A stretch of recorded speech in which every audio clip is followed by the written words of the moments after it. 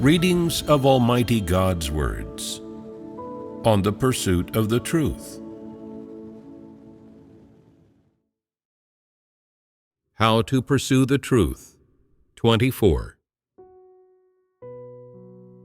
In his life, the incarnate God inevitably interacts and associates with people, including some brothers and sisters who believe in God, as well as some non-believers. When interacting with brothers and sisters who believe in God, he, of course, also has some principles for conducting himself and dealing with things in terms of humanity. Although he does not strictly abide by the rules of courtesy and reciprocity and the ways of the world, in terms of exchanging favors, he strives to not take advantage of others or seek privilege for himself.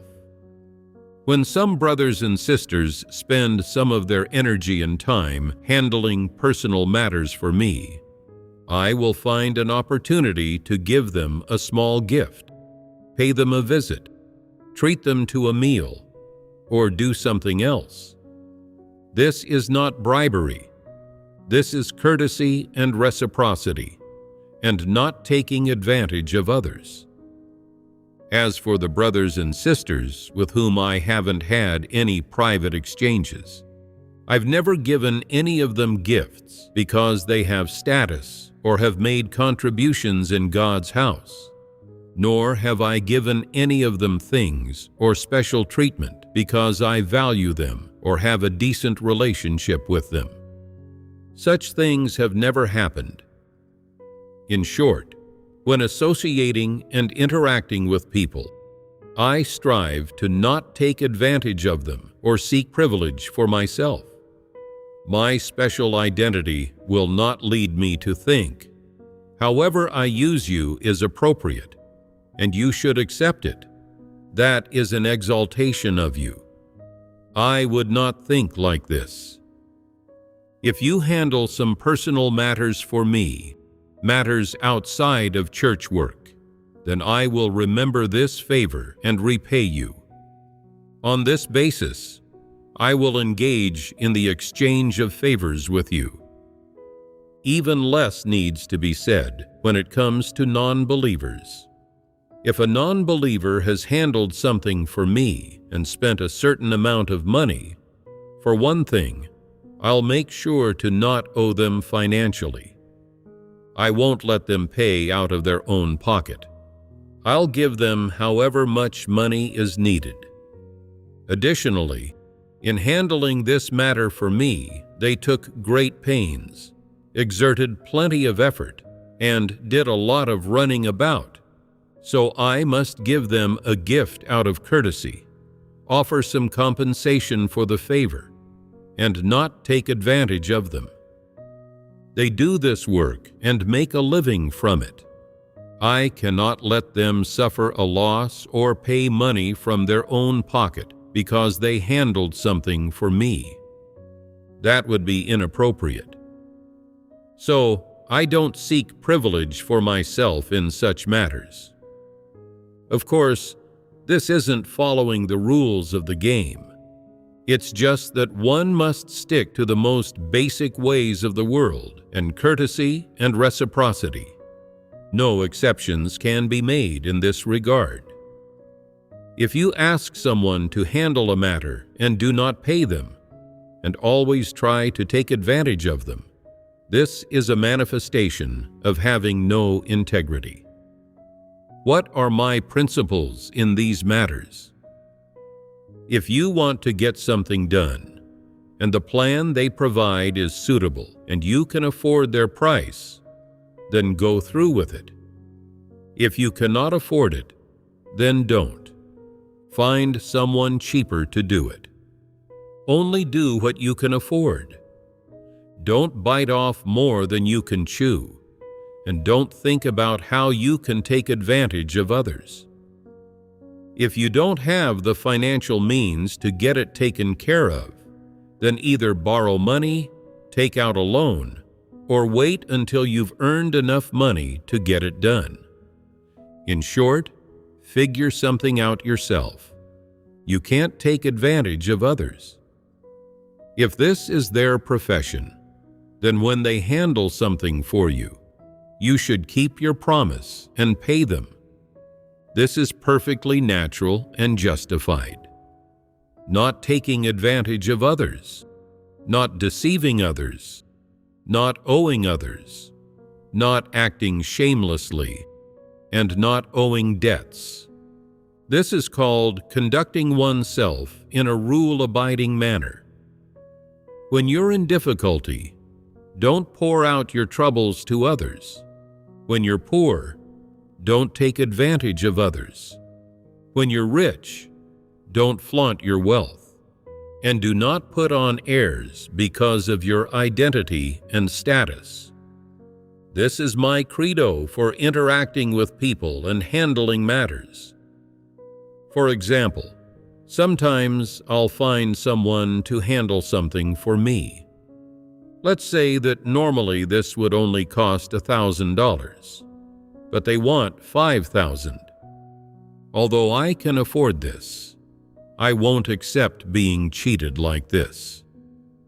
I spend however much is usually needed to get this done, and I don't bargain with people. If I cannot afford it, I'll find someone cheaper. I will absolutely not act shamelessly, nor will I cry poor to get them to lower the price. I never say such things. I give however much money is needed to get this taken care of, paying the market rate and acting according to the rules. This is just how rigorous I am. Some wealthy people are particularly high-profile and haughty. They wear designer brands, diamond rings, and necklaces, decking themselves out from head to toe in dazzling jewels. Moreover, they wear high heels wherever they go, and generally avoid walking on carpets, thinking it's too low profile without the sound. They specifically walk on marble or wooden floors so that people notice their arrival. They don't even take off their designer sunglasses when entering a room, and they scan the room from the doorway to see who's there, as if to say, "Did you see that the Queen has arrived?" Wherever they go, they must first put on airs. If I wear sunglasses when I go out in the summer, I quickly put them in my bag when I arrive at my destination, lest people see me wearing sunglasses and think I'm putting on airs, which could cause misunderstandings. Most of the shoes I wear have rubber or foam soles, and I try to not make any noise when walking. When I go somewhere to handle matters, if I need to ring the doorbell, I do so. If I don't need to ring the doorbell, then once I'm inside, I first tell the receptionist that I have an appointment with so-and-so at a certain time, and then sit there and wait. I see some people sitting and looking at their phones when they have nothing to do. Their legs are crossed, they are tossing their permed hair, and they have a designer bag next to them. They're so pompous. Wherever I go, I am particularly low profile.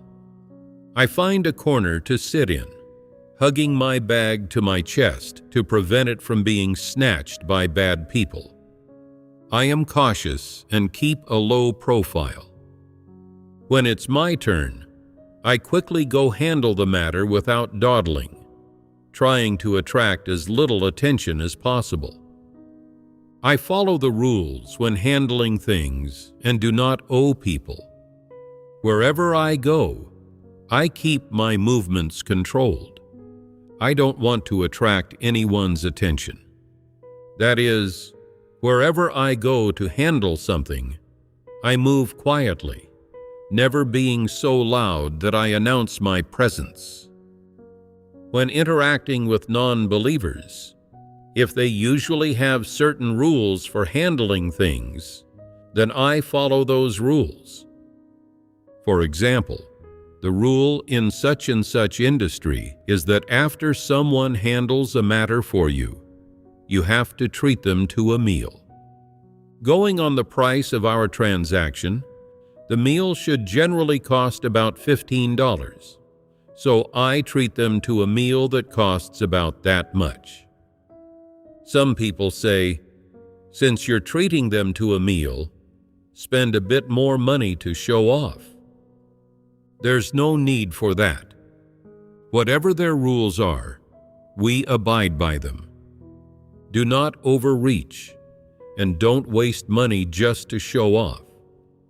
In the West, when asking someone to take care of something for you, or hiring hourly workers or laborers and the like, it's customary to give a tip. Some industries have rules concerning the size of the tip, while others do not. For those that don't have such rules, most of the time out of politeness and respect for the worker, I give a reasonable tip based on their rate, the quality of their work, and their attitude. If they did a good job, I'll give them an extra $5. If they did an average job and I don't want to use them again in the future, I won't give them extra money, but I won't give them less than what they earned. As for giving tips, I do not treat myself like I'm a tycoon and deliberately flaunt my wealth, pulling out a handful of cash and giving it to someone without counting it. I never do such things. Instead, before they start work, I prepare the money in advance based on their rate and give it to them when they leave. Most people are quite satisfied with this. This can also be considered a rule for handling matters in the West. Since it's a rule, we must abide by it and not break it. If you're new somewhere and don't understand the rules, it would be best for you to learn them. Once you understand them, don't play dumb. Try your best to handle matters according to the rules. Of course, it's not that I'm afraid of people judging me behind my back or saying that I do not conduct myself in a rule-abiding manner. It is not out of fear of these things. Rather, I feel that this is how it should be done. It's what I am supposed to do. Some people say, if you shortchange them $10, wouldn't you have enough for an extra meal? You can't look at it that way. That is what they earned. If you give them $10 less, it's equivalent to taking $10 from them. Using the money you took from others for your own expenses is unconscionable. Doing things against your conscience is not in line with humanity. It is devoid of humanity. If you try to shortchange them like that, then you are not conducting yourself in a rule-abiding manner. Conducting oneself in a rule-abiding manner means, at the very least, acting impartially and calling a spade a spade. Suppose you're in the service industry and need to rely on tips to make a living. If someone doesn't give you a tip, taking advantage of you, how would you feel? It's the same logic. Not giving a tip might not be against the law in a certain industry, and no one will go after you for it. But can you square it with your conscience? If you cannot square it with your conscience, then you owe a debt to your conscience. If you owe too many such debts in this life, when will you be able to pay them off? You cannot conduct yourself like this. Perhaps you take advantage of someone a bit by not giving them a tip, but don't you feel a sense of accusation from your conscience? If you really don't, then there truly is a problem with you. If you try to take advantage of someone over such a small thing, might you be capable of even worse things? With such a mentality, can you still practice the truth? Everyone might encounter these examples we fellowshipped on regarding conducting oneself in a rule-abiding manner during the course of their life and survival. For the incarnate God, living among this humankind, these things are also impossible to avoid and are things he must face. When doing these things, on the whole, God incarnate strictly abides by the credos and principles of conducting oneself in a rule-abiding manner and doing things dutifully. I myself do exactly this. Of course, when my interactions with you involve church work or your personal life, if you ask me to fellowship with you or consult me on how to handle a certain issue, I will fellowship with you strictly according to my credos of self-conduct. Whether you accept them or not, my viewpoints and the ways and principles by which I conduct myself remain unchanged. I will absolutely not teach you to exploit legal loopholes to take extra advantage. Doing so is absolutely inappropriate. No matter what happens, I will first have you clearly figure out whether the matter involves laws, policies, or the regulations of a certain industry. If it involves these things, I will tell you to consult government officials, consult a lawyer, or look up the relevant rules online. If it involves financial issues, then you should consult an accountant. You must practice this way no matter which country you are in. This is how I do things, and I will absolutely not encourage you to violate these credos. Instead, I require you to strictly abide by the laws and regulations of each country, including the rules and provisions of any public place or any industry. If you're not aware of them, you must take the initiative to learn about them and consult with people about them. If you are aware of them, you must do your best to abide by them. Whatever the rules say, that's how we should do things. Even if sometimes the rules or laws of the country affect the time you spend doing your duty, or affect some matters related to your duty, you still must abide by them. You can figure out ways to adjust the time you do your duty, or the environment in which you do it to avoid conflicting with the country's laws and regulations, and also to avoid engaging in behaviors or causing incidents that violate the country's laws and regulations. Is it appropriate to do things this way? This is in one regard.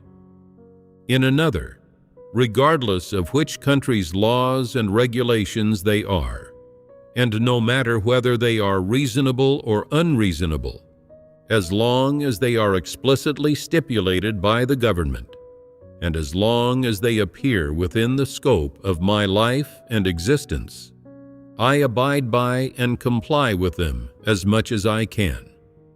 I will absolutely not make remarks about or criticize any aspects of the government's laws and regulations that are unreasonable or are not in people's interests. Instead, I abide by whatever rules the government sets. Of course, when I speak of abiding by the government's laws and regulations, this does not include those laws that oppose religious belief or laws that deny and resist God.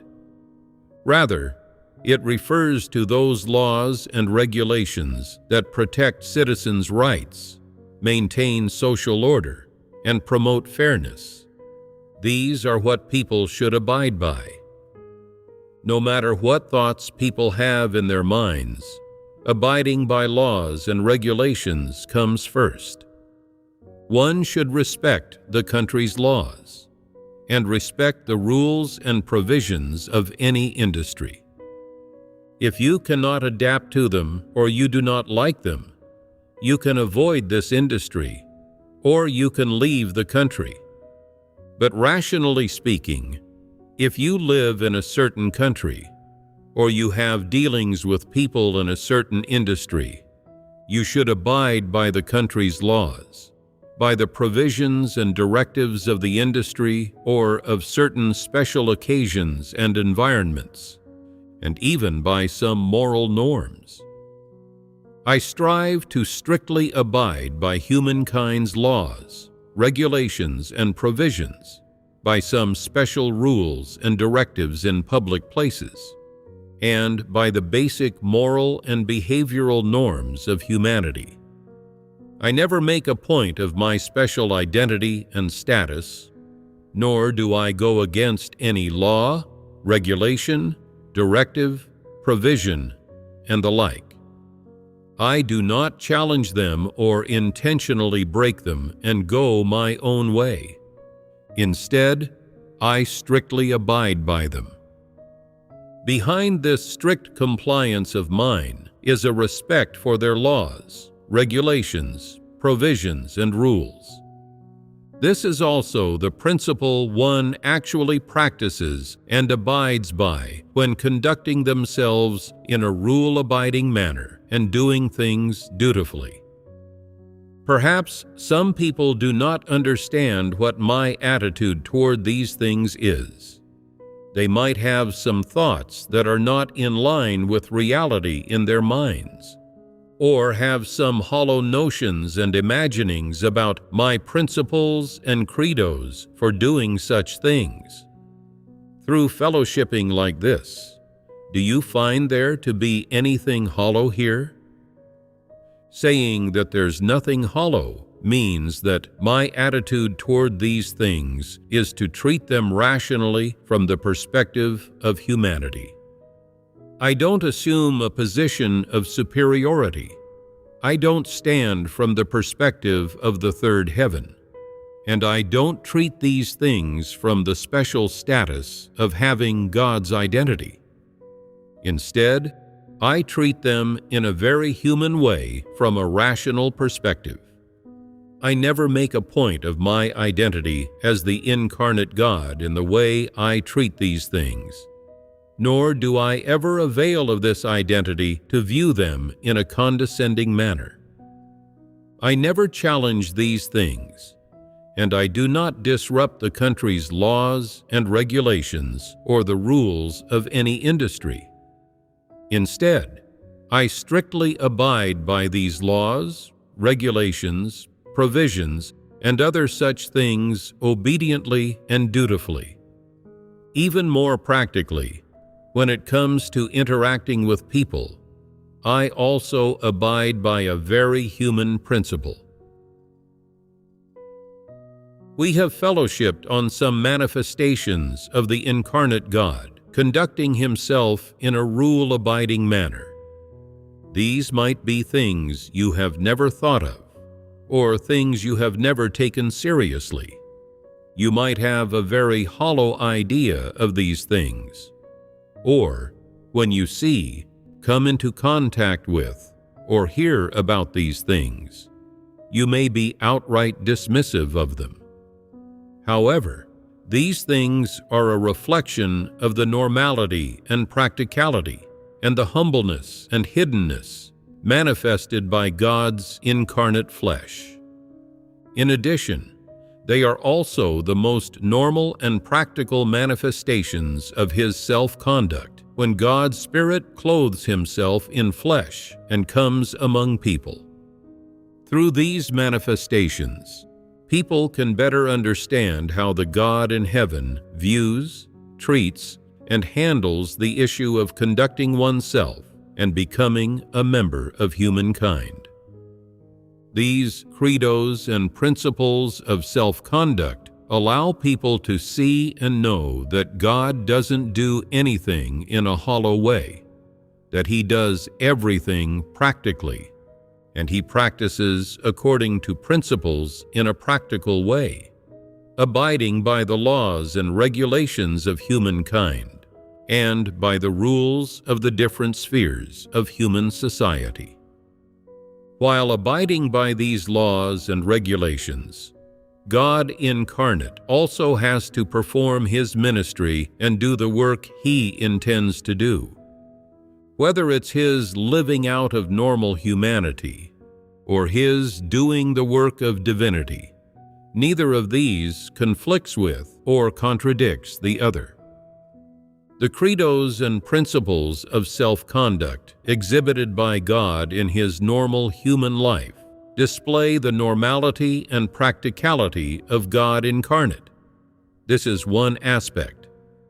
Another aspect is that He lives out the normal humanity, which possesses conscience and reason, that God's Spirit ought to have in becoming a person or clothing Himself in flesh among people. Although this living out seems unrelated to the ministry performed by God incarnate in His divinity much of the time, the credos and principles that God's living out in humanity abides by are the same as the essence of the truth, God's disposition, and His requirements for humankind expressed in His divine work. The principles of self-conduct that God incarnate abides by in His human life are to conduct Himself in a rule-abiding manner and to do things dutifully. Then, the principles of work He abides by when doing His work in divinity are basically the same.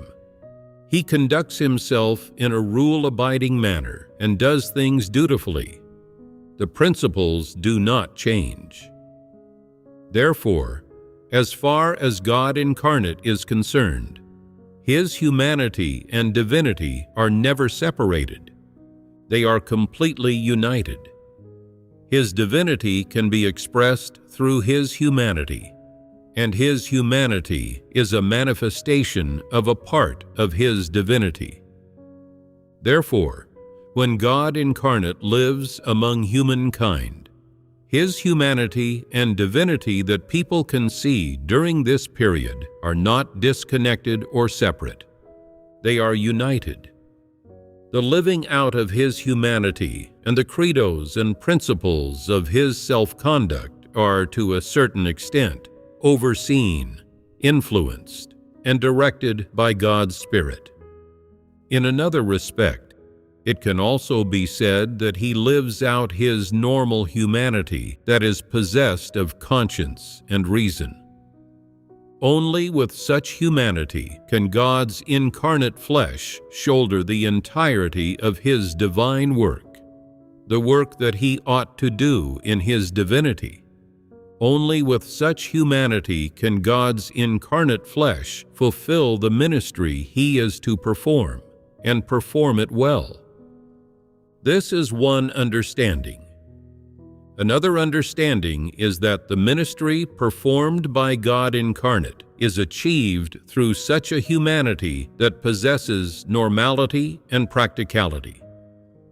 In any case, the humanity essence and the divinity of God incarnate both constitute the incarnate God, who has the special identity of Christ. Therefore, the self-conduct, credos, and principles of the humanity of God incarnate that you see, down to His specific manifestations, attitudes, and viewpoints in everything He does, are a part of His humanity, and of course, can also be said to be a part of His divinity. These two cannot be separated. That is, when you see such humanity in God incarnate, you should be certain that He is the flesh God has clothed Himself in.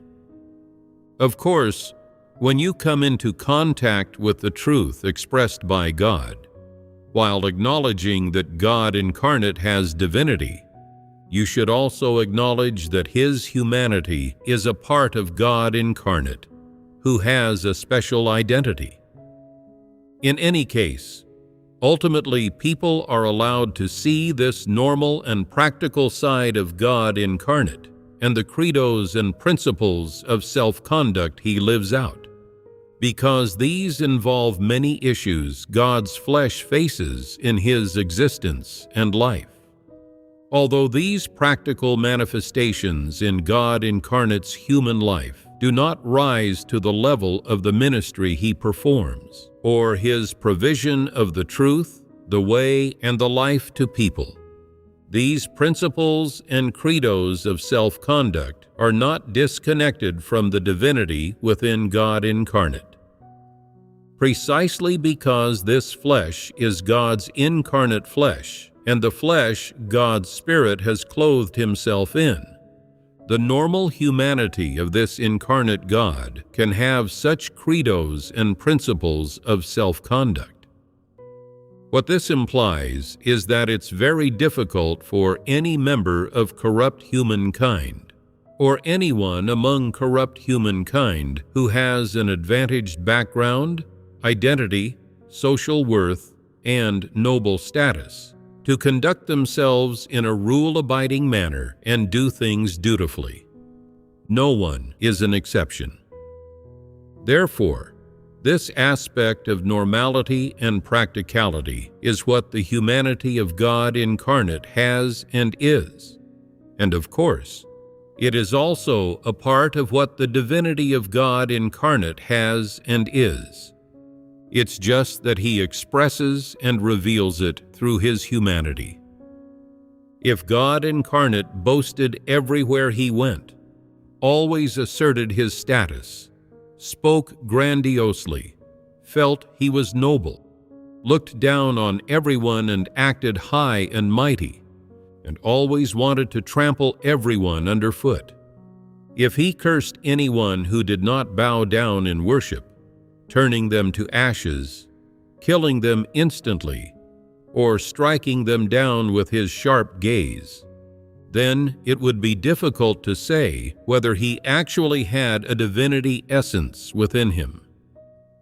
In one respect, God incarnate has the conscience and reason of normal humanity to maintain all the life, words, and deeds of his flesh.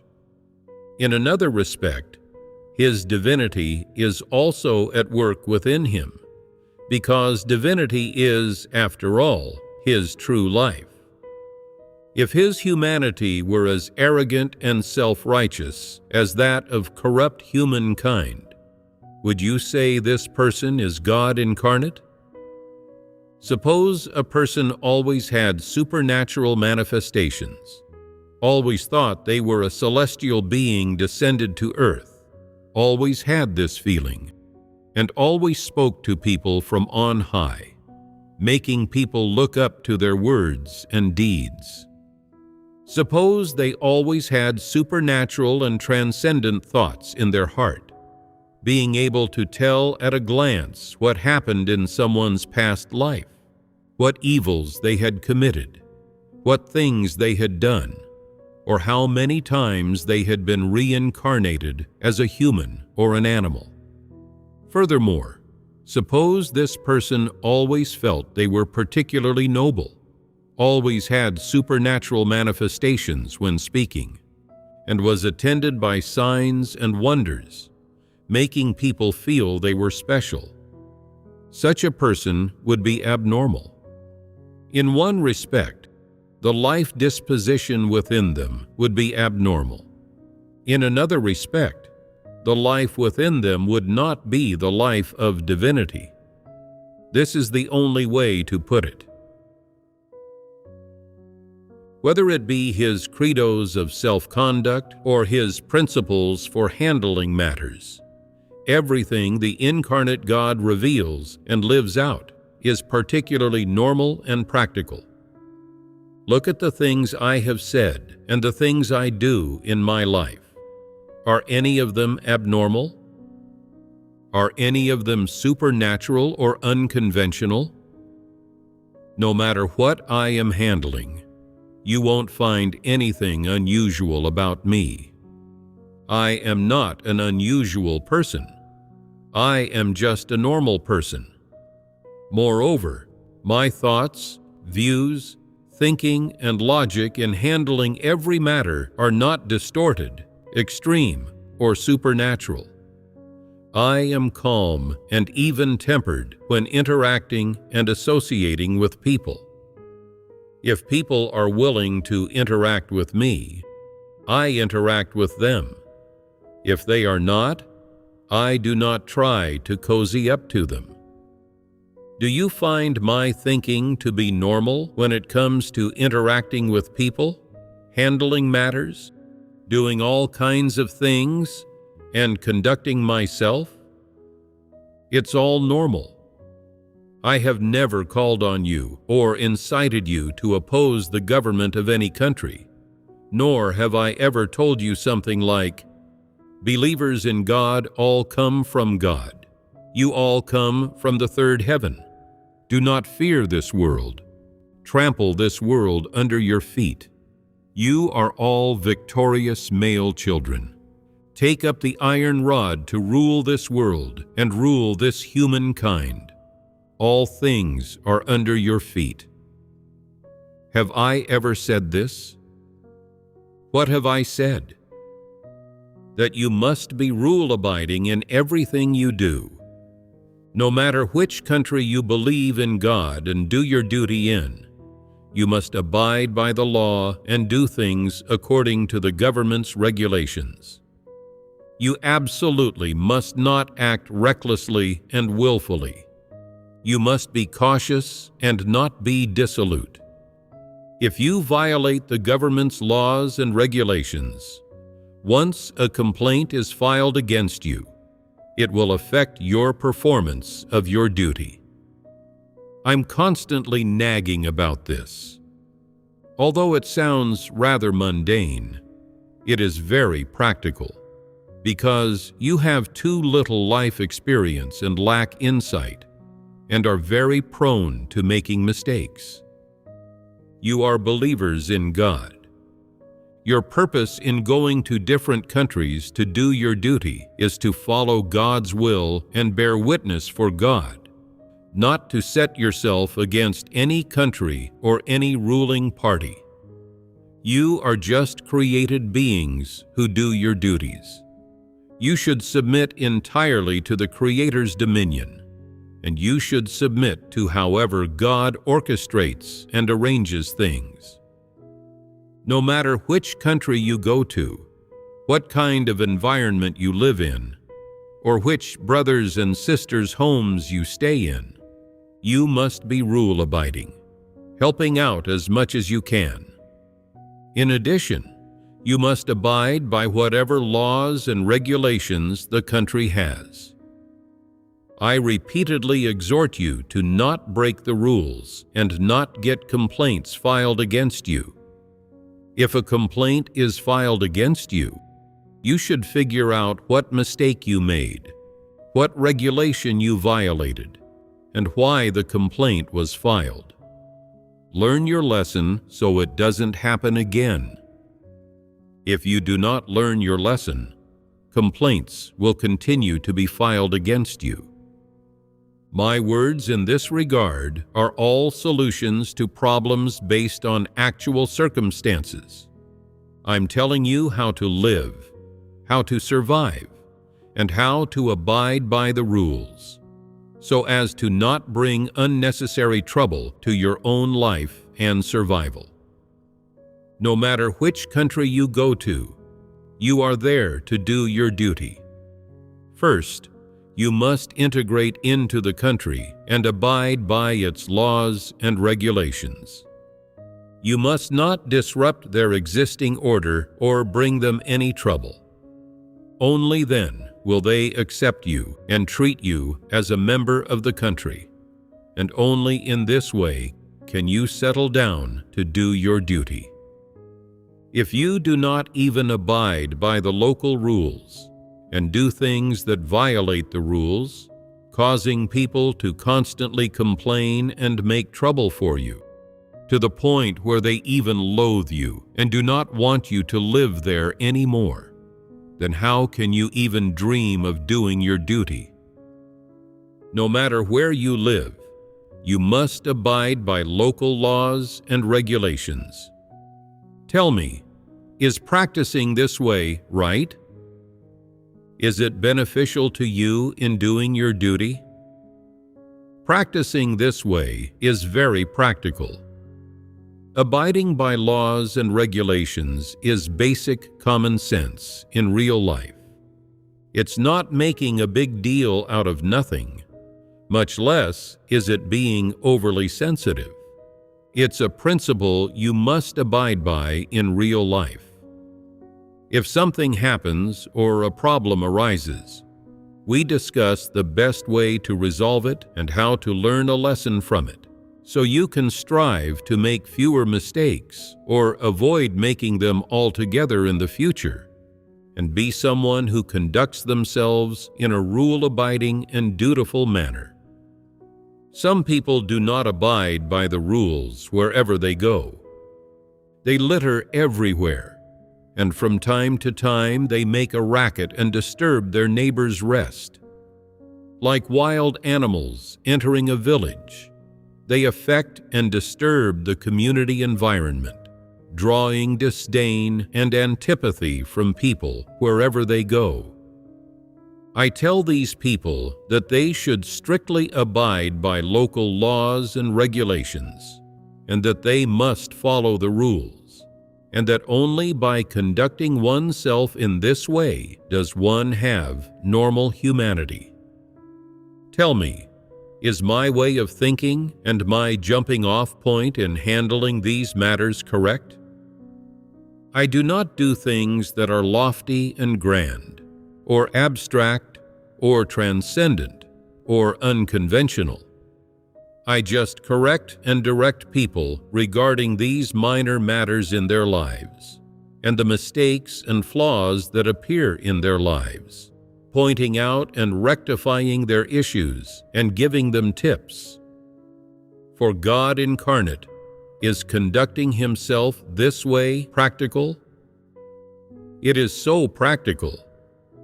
Handling these matters is not hollow at all, and it is not divorced from real life at all. So, whether looking at the credos and principles of self-conduct and doing things that are reflected in God incarnate's daily life, or at the truths he fellowships in the ministry he performs, both aspects are so normal and practical. Both aspects are things that people with normal thinking, who love positive things, and who have conscience and reason, can understand, apprehend, accept, and achieve. Neither aspect is divorced from real life at all. This is being normal and practical,